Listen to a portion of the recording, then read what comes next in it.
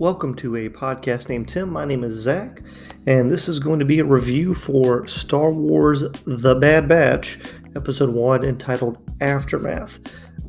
So, of course, we're going to get into some spoilers here momentarily, but, do give the video a thumbs up. Subscribe to the channel. We have a lot of Power Rangers, Star Wars, and a bunch of other content as well.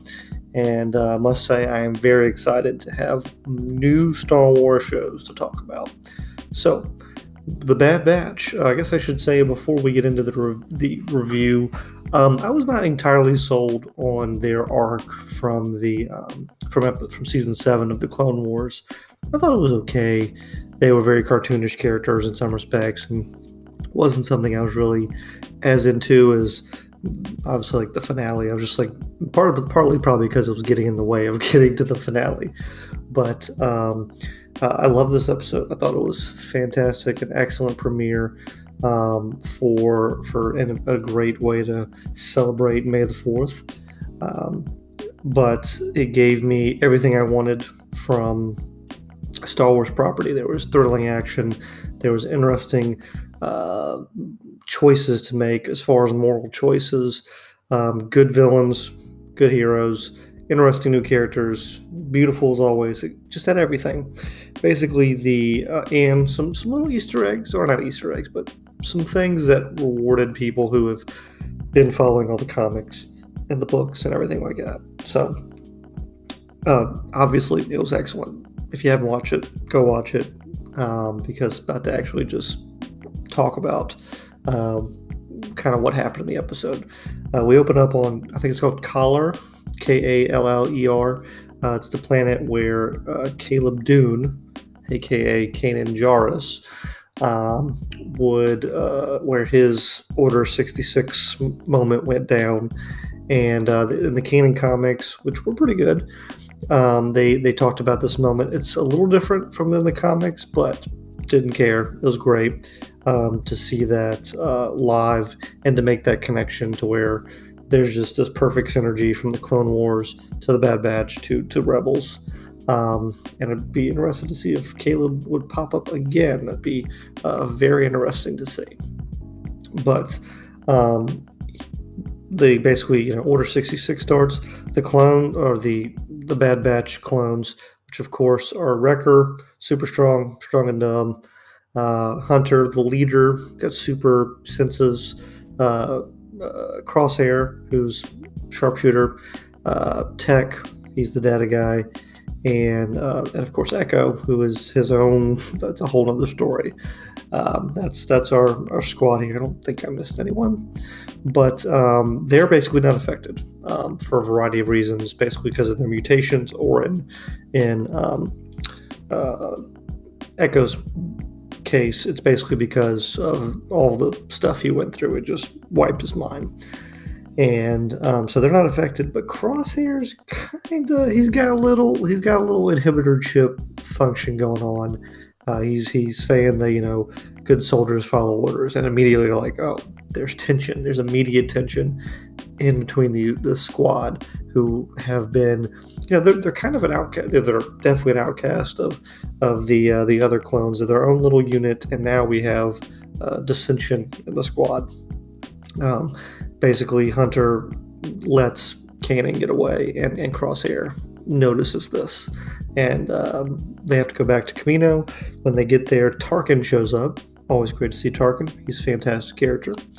And he's, basically said that we're going to be evaluating the clones to see if we want to keep this program and if it's helpful for the Empire. He thinks that creating a Stormtrooper program would be much cheaper for the Empire to do.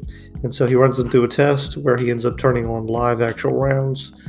And I guess I should say at this point, we do meet Omega, who is a girl clone, works in the medical department. She's got something else going on there. I think she's going to be like the chosen one clone or something. I don't know. Something's going on there. I don't know what it is, but she was great. Obviously, always good to have a younger character in these animated shows that kids can relate to, and she held up her own. It was not an annoying, season one Ezra Bridger or season one Ahsoka. From the jump, I think she's at a better spot than they were. But they, like I said, they run through this course. There's a fight before this, a fight in the cafeteria where she's joining the clones. Excuse me, the Bad Batch clones, Clone Squad 99, and named after the best clone.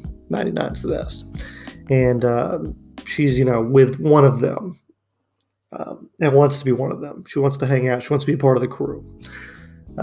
Tarkin ends up sending our clone troopers out on a mission to deal with some insurgents. And when we get to Onderon, which the second they said that, me and my wife are watching Clone Wars, and we're only like 3 or 4 episodes after that arc where Saul was introduced. So I was like, oh, we're going to Onderon. Perfect timing. I know what's going to happen here. And they're introduced to Saul Guerrero, who basically is like, I'm not fighting for the Empire because, that's not what we're about. And they end up not following orders and don't kill these people. And Crosshair is, again, not happy about this. And here is where we get just a great end of the show. The troopers go back to Kamino after Omega told them not to. She was very concerned about Tarkin. Basically, they are put in the brig, they end up breaking out, but Crosshair is taken, and we find out there's a way to basically turn your inhibitor chip up. And so Tarkin has the Kaminoans turn it up. So he's full on integrated into the system.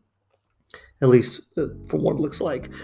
He ends up, we get our moment where he makes his choice, and the other clones have to deal with that. And so it's just great that we have this great villain because he's one of them, and he's forced into it. So he's going to be really cool to see how they all work together.